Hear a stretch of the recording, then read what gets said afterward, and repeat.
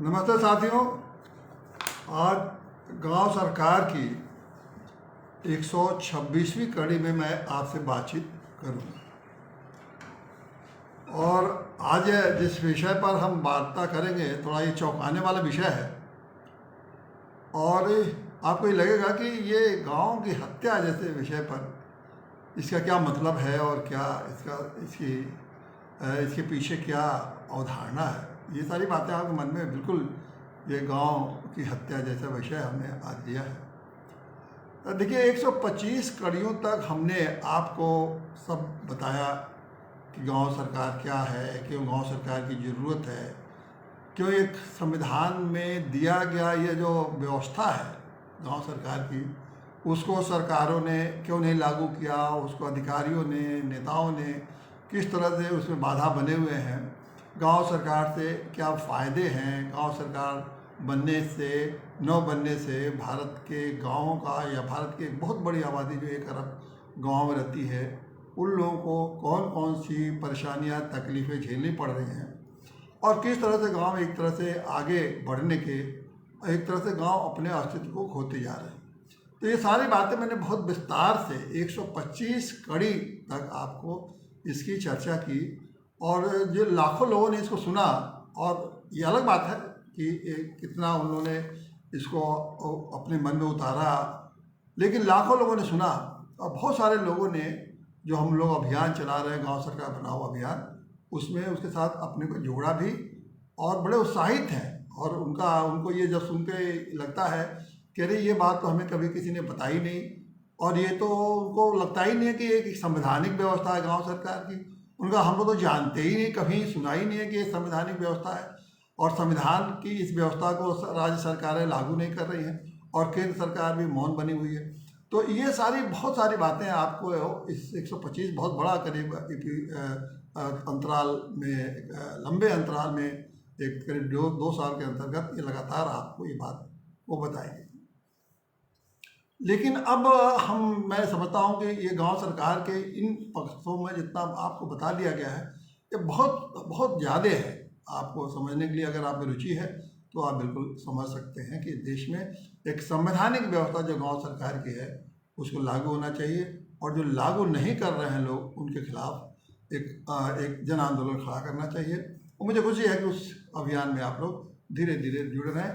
ये अलग बात है कि चूँकि कोई नई बात जब जनता के सामने रखी जाती है और वो भी खास करके ऐसी बात जो कि उनके ही लिए बनाई गई है, फिर भी उनको समझने में थोड़ा सा लगता है कि अगर ये हमारे ही लिए बनाएंगे तो और लोगों ने क्यों नहीं बताया, आपके लिए बनाएंगे फिर भी और लोग नहीं बताया तो उसके पीछे मैंने ये भी बताया ना कारण है कि क्यों नहीं आपको बता रहे हैं।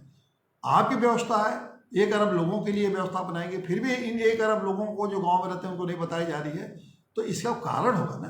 तो ये उसका आप बहुत आसानी से कारण कर लेते हैं, समझ सकते हैं कि वो लोग नहीं चाहते हैं कि गांव के लोग अपने अधिकारों के बारे में समझें और अपने गांव को अपने ढंग से चलाएं, क्योंकि अगर ऐसा करेंगे तो उनके नेता अफसर की अफसरगिरी और नेतागिरी खत्म हो जाएगी।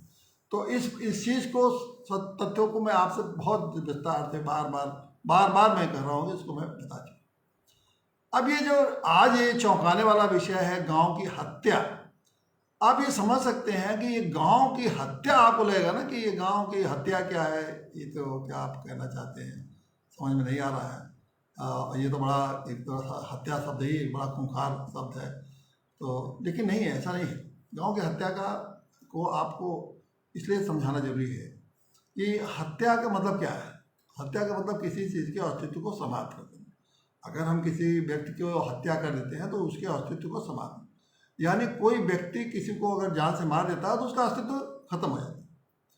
तो अगर उसी तरह से 2 तरह से हत्याएं होती हैं, एक तो सीधे आप धीरे धीरे उसको स्लो पॉइजनिंग करते करते उसके से अंग भंग, पहले पैर को शून्य कर दीजिए, फिर हाथ शून्य कर दीजिए, फिर आंखें शून्य कर दीजिए, फिर कान शून्य कर दीजिए, धीरे धीरे एक अंग उसका शून्य कर दीजिए और अंत में उसको ऐसे छोड़ दीजिए कि मरा हो जाए और एक समय आए कि वो बिल्कुल मरी जाए। एक तो ये प्रक्रिया है और एक प्रक्रिया है कि सीधे उसकी आप गर्दन काट दीजिए, वो मर गया।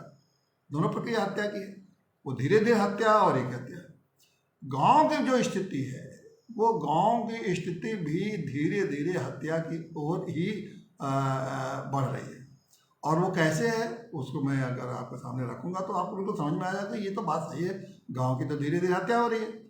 गांव की हत्या का ये मतलब है कि जो चीज़ें गांव के लिए जरूरी है, अगर वो जो गांव जिससे गांव बना है, जरूरी क्या है जिससे गांव बना है, अगर वो चीज़ें धीरे धीरे आप ख़त्म कर दीजिए तो वो उसके तो गांव रहेगा नहीं, तो गांव की हत्या होगी। अगर एक आपके पास एक मोटर गाड़ी है, उसका पहले पहिया निकाल दीजिए, उसका इंजन निकाल दीजिए, उसके हैंडल निकाल दीजिए, धीरे धीरे क्या है वो गाड़ी तो रह नहीं जाएगी, तो वो लोहा रह जाएगा। तो उसी तरह से गांव के बारे में भी यही मैं बताना चाहता हूँ कि गांव के भी धीरे धीरे उसके एक एक जो उस जब जिससे गांव बना है उसको ख़त्म किया जा रहा है, और अंततः एक तरह से जब सब खत्म हो रहा है तो गांव की हत्या हो जाएगी। अब कैसे है, अब इसके पहले कि आपको ये समझना पड़ेगा कि वास्तव में गांव है क्या। देखिए, गांव की परिभाषा अगर आप करें, या गांव तो परिभाषा में मैं नहीं जाना चाहता, तो जो लोग समाजशास्त्र और ग्रामीण व्यवस्था पर लिखने पढ़ने वाले लोग हैं वो उसकी व्याख्या करता है। मैं उसको परिभाषा, उसको जिस तरह से किसी भी चीज़ को परिभाषित किया जाता है उस परिभाषा में मैं नहीं पढ़ना चाहता। मैं वो बात बताना चाहता हूँ जिससे कि आप गांव की जो अवधारणा हम लोग करते हैं, हम देखते ही कहते हैं गांव है, हम और ये शहर है, ये हम देखते ही कभी शहर में जाएंगे कहेंगे शहर है, और ये गांव को देखेंगे कहेंगे गांव।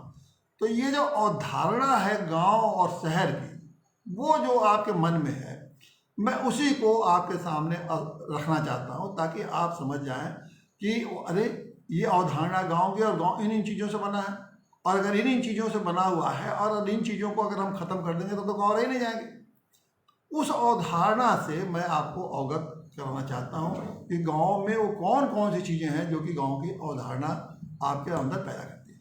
अब देखिए, गांव क्या है, गांव की अगर आप व्याख्या करते हैं इस तरह से अवधारणा के लिए तो मैं ये कहूँगा, मेरा अपनी एक समझ है, मतलब विद्वान लोग अपने ढंग से उसकी अलग अलग परिभाषा करेंगे। बहुत सारी परिभाषाएं गांव की हो सकती है, और उसकी आप चिंता मत करिए।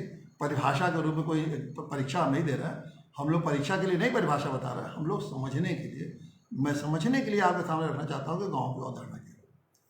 पहला बात यह है कि देखिए, गांव जो कि अगर आप इस तरह से समझने की कोशिश करें तो गांव एक जनसमूह है, एक जनसमूह है जहां लोग रहते हैं। एक जनसमूह है जहां लोग रहते हैं, और वो किस चीज़ पर आश्रित है, वो आश्रित है प्राकृतिक संसाधनों और छोटे छोटे उद्यमों पर।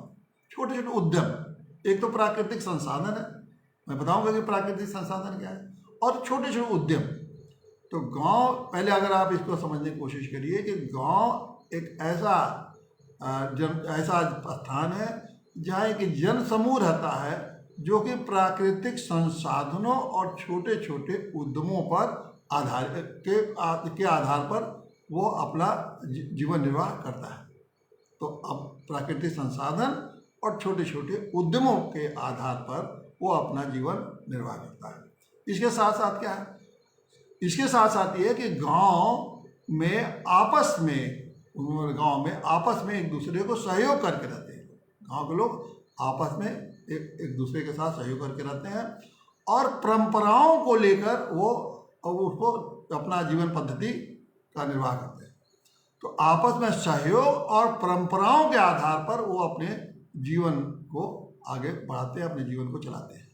तो अब ये देखिए, अगर इसकी अगर परिभाषा के रूप में अगर कहें तो इस तरह आप कह सकते हैं कि गांव एक जनसमूह है जो कि वहाँ एक जगह रहता है, जो कि प्राकृतिक संसाधनों एवं छोटे उद्यमों से जीवन निर्वाह करता है, और आपसी सहयोग और परंपराओं से अपनी जीवन पद्धति चलाता है। अभी 4 चीज़ें आपके सामने हो गई। एक, आप इसको परिभाषा के रूप में अगर चाहें तो इसको समझ सकते हैं, नहीं तो ये परिभाषा नहीं है, एक अवधारणा को समझने के लिए। तो अब ये साफ हो गया कि अगर आप गांव की अवधारणा आपके मन में आए तो पहले तो ये है कि एक जनसमूह है जो कि एक जगह रहता है, लेकिन उसको जो जीवन निर्वाह किस चीज़ पर करना है, उसको प्राकृतिक संसाधनों पर उसको जीवन निर्वाह करना है। प्राकृतिक संसाधन क्या है? जो प्रकृति ने दिया है, खेत है, नदी है, पेड़ है, तालाब है, ये तमाम इस तरह के पशु हैं, ये जो प्राकृतिक संसाधन उनके साथ में उपलब्ध है। और इन प्राकृतिक संसाधनों के साथ साथ जैसे छोटे छोटे उद्योग है, उनको उद्यम है, मतलब इन चीज़ों को जीवन के लिए जो छोटे छोटे उद्यम उनको चाहिए, मान लीजिए उद्यम कहिए या उसको आप अन्य समझ, उद्यम मैंने व्यापक वर्ड है, और उद्योग के रूप में कहेंगे तो लघु उद्योग कह सकते हैं।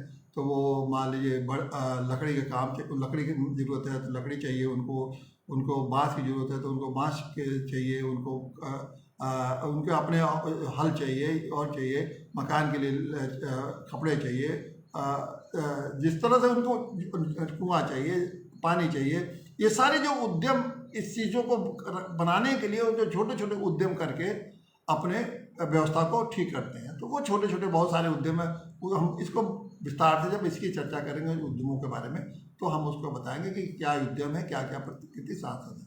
तो ये आप समझ गए कि वो प्राकृतिक संसाधन जितने हैं उनके पास, उससे और छोटे छोटे उद्यमों के माध्यम से वो अपना जीविकापार्जन करते हैं। एक तो ये हो गया। अब तीसरी बात हो गई कि उनके जो आपसी सहयोग, ये बहुत महत्वपूर्ण है। गांव का जो जीवन है वो आपसी सहयोग से चलता है। और चौथी जो महत्वपूर्ण बात है वो भी है कि गांव का जीवन के बाद एक परंपरा है उनकी, उन्होंने हजारों हजारों साल से अपने गांव में जो व्यवस्था चल रही है उसी को अनुपालन करते हैं और उसी के अनुसार वो जीवन को अपने चलाते हैं। अब ये बताइए, ये चार चीज़ें अगर गांव की हैं तो इन अगर गांव को मैं समझता हूँ कि ये चार चीज़ें मुख्य रूप से, ये चार ही चीज़ नहीं है, बहुत और चीज़ें हैं, लेकिन अगर आप देखें तो मुख्यतः यही चार चीज़ें हैं जिससे कि वो अपने को चलाते हैं। तो ये मुख्य रूप से चार चीज़ें तो कम से कम होना ही चाहिए आपके समझने के लिए, तभी वो गांव बनेगा। अब भाई मान लीजिए कि अब इन चार चीज़ों में आपने वहाँ के प्राकृतिक संसाधन खत्म कर दिए, तो क्या गांव का क्या स्थिति रहेगी? एक अंग तो चला गया प्राकृतिक संसाधन।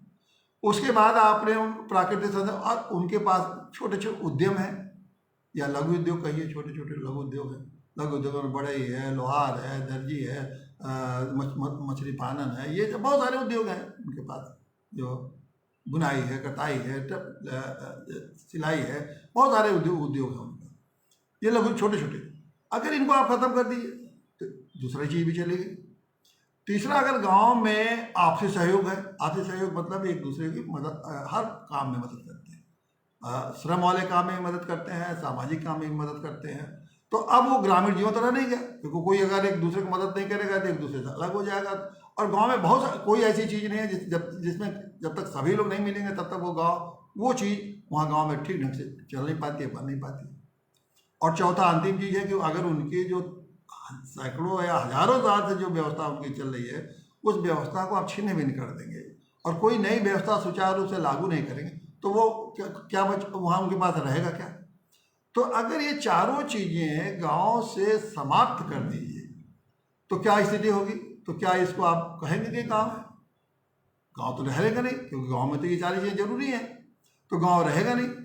तो गांव फिर तो इसको और कुछ नया भी देना पड़ेगा, मतलब ये तो गांव रह नहीं सकता, क्योंकि प्राकृतिक संसाधन नहीं है, सहयोग नहीं है, परंपराएं नहीं हैं उनके पास, तो फिर कौन सा गांव है? ये उद्यम नहीं है उनके पास, तो ये गांव कैसे? फिर उसको गांव नहीं कहेंगे, कुछ और कह सकते हैं। अभी तक तो मैं नहीं समझता कि लोगों ने कोई ऐसा नाम दिया ऐसी जगहों पे, लेकिन चलिए हम एक नाम कोशिश करते हैं, एक नाम देने की। तो इन ऐसे जगह जब ये सब चीज़ें खत्म हो जाएंगे तो किसी न किसी रूप में तो रहेगा ही ना, भले ये चीज़ें ना रहे, लेकिन वहाँ के जो बस्ती है, जो लोगों की बस्ती, मैंने कहा लोग तो वहाँ रहेंगे ही नहीं, तो लोगों की बस्ती तो वो बरकरार रहेगी। तो उस लोगों की जो बस्ती है, सिर्फ बस्ती बची, बाकी सब खत्म हो गया, तो गांव खत्म हो गया, फिर एक बस्ती बची। तो इस बस्ती को कोई न कोई आप नाम दे सकते हैं, आप कुछ भी नाम देते हैं, लेकिन मेरे मन में जो नाम आया तो वो ये नाम आया कि ये एक तरह से सिटी टेल का मतलब शहर का टेल मैंने पूंछ। तो इन गाँव को जब ये चीज़ें नहीं रहेंगे तो ये शहरों के पूंछ बन जाएंगे। पूंछ मतलब एक हमारी सोच है, ये इसे बहुत सहमत हो ना सहमत हो, उससे नहीं है। हम तो और न कोई मैं इसको अंतिम और प्रमाणिक मानता हूँ इस बात को, इस नाम को, लेकिन एक आपको समझने के लिए बात बता रहा हूँ। उनकी स्थिति क्या होगी कि शहर बस्ती तो रहेगी, लोग रहेंगे, लेकिन उसकी स्थिति क्या होगी कि ये शहर की पूंछ बन जाए। इसका नाम आप देते हैं शहर पूंछ। आप गांव में नौ कह के इसका शहर पूंछ कह, शहर पूंछ गांव के जो नाम को शहर पूंछ ही कह सकते हैं, और कोई इसका नाम, इसके ज़्यादा बेहतर नाम मुझे समझ में नहीं आता। तो ये जो शहर पूंछ है, तो पूंछ का क्या स्थिति होती है जगह समझ लीजिए। किसी भी जानवरों में आप देखते होंगे पूंछ है, तो पूंछ ही एक ऐसा अंग है शरीर में जो कोई काम नहीं करता है।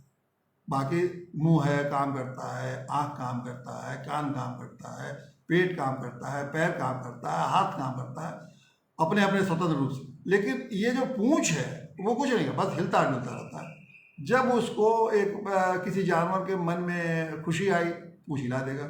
जब वो कूदना काटना होगा तो उसको तुरंत पूंछ हिला देगा।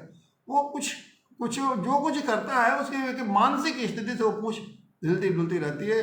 मैंने जो देखा है, मैंने इस तरह से अनुभव किया है कि वो एक केवल पूंछ हिलने डुलने का काम करती है, और वो भी एक वो जानवर के एक मानसिक स्थिति के हिसाब से जो वो सोच रहा होगा उस हिसाब से वो पूंछ हिला देता है, कैसे कर देता है। मतलब ये पूंछ होगी।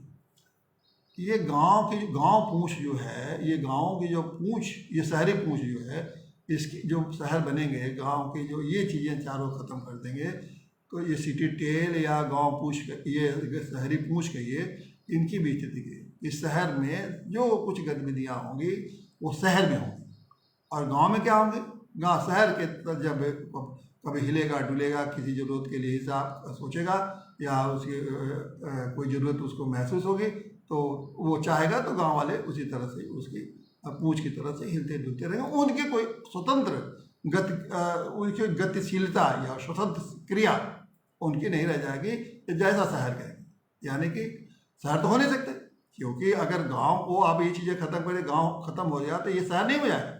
शहर के को बनने में तो बहुत कुछ चीज़ चाहिए। तो ये लोग समझते हैं कि अगर ये गांव की ये चारों चीज़ खत्म कर दें तो गांव खत्म हो जाएंगे और शहर बन जाएंगे, तो ये असंभव है। क्योंकि शहर बनाने में बहुत जब आप गांव को इन संसाधनों को पूरा नहीं कर पाएंगे, तो शहर बनाना तो एक बड़ी चीज़ है ना, बहुत बड़ा। उसके लिए धन चाहिए, बहुत इंफ्रास्ट्रक्चर चाहिए, और 1 अरब में जहाँ 6 लाख गाँव है, 6 लाख को आप शहर बना देंगे, ये एक कल्पना के बाहर है। इसीलिए मैं बात करता हूँ कि भारत में पश्चिम का या यूरोप का नकल करके गांव को शहर मत बनाइए, क्योंकि वो शहर बन ही नहीं सकते। उनको जो गांव है उन्हीं को पुनरुत्थान करिए या उन्हीं को पुनर्जीवित करिए, तभी भारत का वास्तव में एक जो जिस तरह से भारत में शांति और संपन्नता और सुख का जो कल्पना भारतीय नागरिक करते हैं, तभी आ पाएंगे। तो लेकिन हाँ, पूंछ बना सकते हैं शहरी के नाम पर, या उसको शहर बनाने के चक्कर में आप उनको गांव पूंछ बना सकते, वो शहर पूंछ बना सकते हैं। तो ये जो शहर पूंछ है, ये स्थिति इनकी आपके बनती चली जाएगी। अब ये शहर पूंछ में आप समझ लिया, उन्हें कुछ नहीं करना है। जो शहर वाले तो एक तरह से पैरासाइट, मतलब उपजीवी, जो शहरों के लिए आप गांव रहेंगे, उन्हीं की ज़रूरतों को पूरी करेंगे, और उनको गांव वाले कुछ न कुछ, उनको शहर वाले कुछ न कुछ उनकी ज़रूरत भर की, उनकी पूर्ति छोटी बहुत उनके जीने के लिए करते रहेंगे, और गाँव हमेशा ऐसे के ऐसे ख़त्म होते चले जाएंगे, जो कि बड़ी तेज़ी से हो रहा है। तो ये जो हमने कहा कि ये जिस तरह से गांव की हत्या, सारे उनके जो गांव के जो ज़रूरतें, जो जिनसे गांव बना है, 4 चीज़ें मैंने बताया ना कि जिनसे गांव बना है, अगर उन गाँव कोई चीज़ों को ख़त्म कर देंगे, जैसे उनके संसाधन खत्म होंगे, प्राकृतिक संसाधन, उनके बाद उद्यम का ख़त्म कर देंगे, उनकी आपसी भाईचारा, वो सहयोग करने का जो भावना है उसको ख़त्म कर देंगे, उनके जो अंदर परंपराएं हैं उनको बिना समझे परंपरा, हम नहीं कहते हैं कुछ बुरी परंपराएं ख़त्म नहीं करिए, धीरे धीरे उनको शिक्षित करिए, लेकिन उनकी सारी परंपराओं को आप बेकार समझ के, जो हजारों साल से वो चला रहे हैं, उससे जीवन उनका गतिशील बना हुआ है, उससे जीवन उनका आगे बढ़ रहा है, उनको आप ख़त्म करके ये चाहें कि सारा कुछ शहरी तौर तरीका वहाँ आप पहुँचा देंगे, तो आप कभी शहरी तो पहुँचा नहीं पाएंगे। और ख़ास करके जो व्यवस्था आपके पास है, जो ग्राम पंचायती व्यवस्था है, जो अधिकारियों नेताओं द्वारा चलाई जाती है, उसके माध्यम से तो कभी भी नहीं पहुँचा सकते, क्योंकि सब भ्रष्ट हैं, सब स्वार्थी हैं, सब काहिल हैं, सब उसीलिए उनके लिए तो गांव जो है लूटने खाने की जगह है और वो यही करते आ रहे हैं और करते रहेंगे। तो इनसे तो आप बदल नहीं सकते। इसलिए मैं कहता हूँ कि ये आप इस बात को समझ लीजिए कि गांव की जो आधारभूत चीज़ें हैं उनको आप ख़त्म कर रहे हैं, तो ये एक तरह से धीरे धीरे गांव को हत्या करते जा रहे हैं। उसको आप एक एक अंग को ख़त्म कर रहे हैं और जब एक एक अंग उसके जब ख़त्म हो जाएंगे तो गांव की हत्या होगी। बहुत सारे गाँव को कर दिया, बहुत सारे गाँव की हत्या इन्होंने ऑलरेडी पहले कर चुके हैं और इन्होंने बहुत से हत्या कैसे कर चुके हैं। बड़े बड़े सड़कें बनी, बड़े बड़े गाँव को ले लिया, सड़क में मिला लिया, चौड़ी सड़क बन गई और वो गाँव एक तरह से धीरे धीरे वो बिल्कुल एक तरह से वहाँ उनकी हत्या हो चुकी है। आप देखेंगे, आप ध्यान नहीं दिए होंगे कि किस तरह से गाँव की हत्या लोगों ने कर दी। अब ये हत्या देखिए, इसलिए मैं कह रहा हूँ कि हत्या इसलिए मैंने कहा कि ये अपने आप नहीं हो रहा है। जैसे गांव में अगर उनके प्राकृतिक संसाधन खत्म हो रहे हैं तो गांव वाले ये अपने आप नहीं खत्म हो गए। ऐसा नहीं हुआ कि वो ऊपर से कुछ ऐसा ये बहुत बड़ा उनका गिर गया और गांव खत्म हो गया, ऐसा नहीं है। आपने गांव के प्राकृतिक संसाधन खत्म किए तो लोगों ने जो जो व्यवस्था है, योजनाकारों ने उन्होंने समाप्त किया। अब सड़क में आपने गांव को सड़क मिला लिया और सब ले लिया सारी जमीन की कृषि की, तो वो कृषि का जो संसाधन था उसको अपने आप तो कृषि खत्म हुआ नहीं। आपने सड़क चौड़ी बनाई, 6 लेन 8 लेन की सड़क बनाई तो उनके खेत चले गए, आप उनके खेत को ले लिए। तो ये चूंकि आप कर रहे हैं, मतलब कोई ना कोई कर रहा है, इसीलिए हत्या है। स्वाभाविक रूप से नहीं मृत्यु हो रही है गाँव में, बल्कि आप वो लोग जो 8 लेन की सड़क, 6 लेन की सड़क या और भी चीज़ें जो बना रहे हैं वो गांव की हत्या उसको वो ख़त्म कर रहे हैं। इसीलिए मैं कहता हूँ कि एक एक चीज़ उसकी हत्या हो रही है। तो इस तरह से अगर आप देखें तो गांव में आप स्नेह धीरे धीरे आप एक एक उसकी जो गांव की संरचना जिन चीज़ों से बनी हुई है उससे आप उनसे ख़त्म करते जा रहे हैं और इसीलिए मैं कहता हूँ कि यह गांव की हत्या है। अब मैं इसके बाद आपको ये बताऊंगा कि एक एक मैं इस कड़ी में आज तो मैंने बता दिया कि क्या गांव की हत्या का क्या अर्थ है या अवधारणा समझिए, मैं केवल अवधारणा कर रहा हूँ। तो गांव की हत्या की अवधारणा क्या है ये मैंने आपके सामने रखा। अब इसके बाद में एक एक विषय कुछ कड़ियों में मैं आपसे इसमें बातचीत करूँगा ताकि कैसे ये गाँव की हत्या हो रही है ये आप और अच्छे समझ लें। अब जैसे मैं आपके बारे में चर्चा करूँगा कि आपके सामने चर्चा करूँगा कि कैसे प्राकृतिक संसाधनों पर जिस पर गांव आधारित है वो ख़त्म हो रहा है या ख़त्म हो चुका है बहुत जगहों पे। मैं यहाँ पे चर्चा करूँगा कि जो उद्यम है, लघु उद्यम है गांव में, जिससे कि ये जो गांव के लोगों का जीवन में चल रहा है, उन उद्यमों को ख़त्म होने से कैसे उनके लिए न कोई काम रह गया है, न कोई आय के साधन रह गया और कैसे उनके जीवन मुश्किल होता जा रहा है। फिर मैं चर्चा करूँगा कि जो सहयोग है आपस में, लोगों के आपसी सहयोग से गांव चलते हैं, उसको एक राजनीतिक जो दलगत राजनीति है, जो दलगत राजनीति पार्टी वाइज सिस्टम, इस पार्टी सिस्टम ने किस तरह से गांव में आपसी सहयोग को एकदम से ख़त्म करती जा रही है। आपस में बिल्कुल सहयोग की भावना उनके अंदर बिल्कुल ख़त्म हो जा रही है। और फिर मैं आऊँगा कि वो कौन कौन सी परंपराएँ हैं जो गाँव में गाँव की को ताकत देने के लिए, जो गाँव को आगे बढ़ाने के लिए, जो गांव को वास्तव में गांव को गांव बने रहने के लिए उन परंपराओं में कौन सी परंपराएं हैं जिसको कि लोगों ने एकदम ख़त्म कर दिया। अब गांव में गीत है, संगीत है, नृत्य है, कला है, ये सारी जो गांव में रह के लोग अपने को समूह को अपने को सबको सक्रिय करके और गांव को एक बिल्कुल एक ज्वलंत बनाए रखते थे जिसमें कि जो खुशी का माहौल रहता था, वो जिस तरह से किस तरह से आपने उसको ख़त्म कर दिया।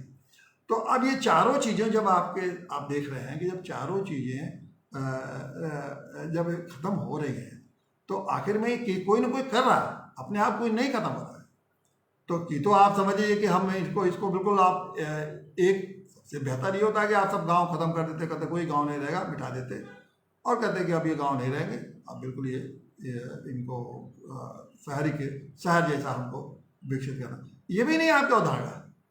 आपको ये क्योंकि आप उसके आपका क्षमता नहीं है, इतने संसाधन आपके पास है नहीं कि सारे गांव को, सारे घर को गिरा के और नए ढंग से उसको प्लॉटिंग करके और नए नए मकान बन के खूबसूरत व्यवस्था करें। ये आपके मान का है नहीं, ये किसी की मान का नहीं, इतने बड़े देश में। तो ये तो आपने ख़त्म किया नहीं। तो फिर जब ये ख़त्म नहीं किया तो फिर आप इस चीज़ को कैसे, आपको किसने ये अधिकार दे रखा है? मैं तो ये कहता हूँ कि आप इन गाँव के आप सारे इन आवश्यकताओं को ख़त्म कर दीजिए। तो कैसे आप, तो ये जो संसाधन है, मैं कि इन संसाधनों से आप गाँव को ख़त्म नहीं कर सकते हैं। तो मेरा ये कहना है कि गाँव को आप हत्या कीजिए, और इसीलिए मैं आपसे कहता हूँ कि आप समझ लीजिए और फिर गाँव सरकार के इस अभियान में जितना जल्दी हो उतना जुड़िए, और देखिए कि एक दिन गाँव सरकार स्थापित हुई और तभी गाँव स्वर्ग हो जाएगा और भारत तभी भारत के स्वरूप भी बदलेगा। धन्यवाद साथी।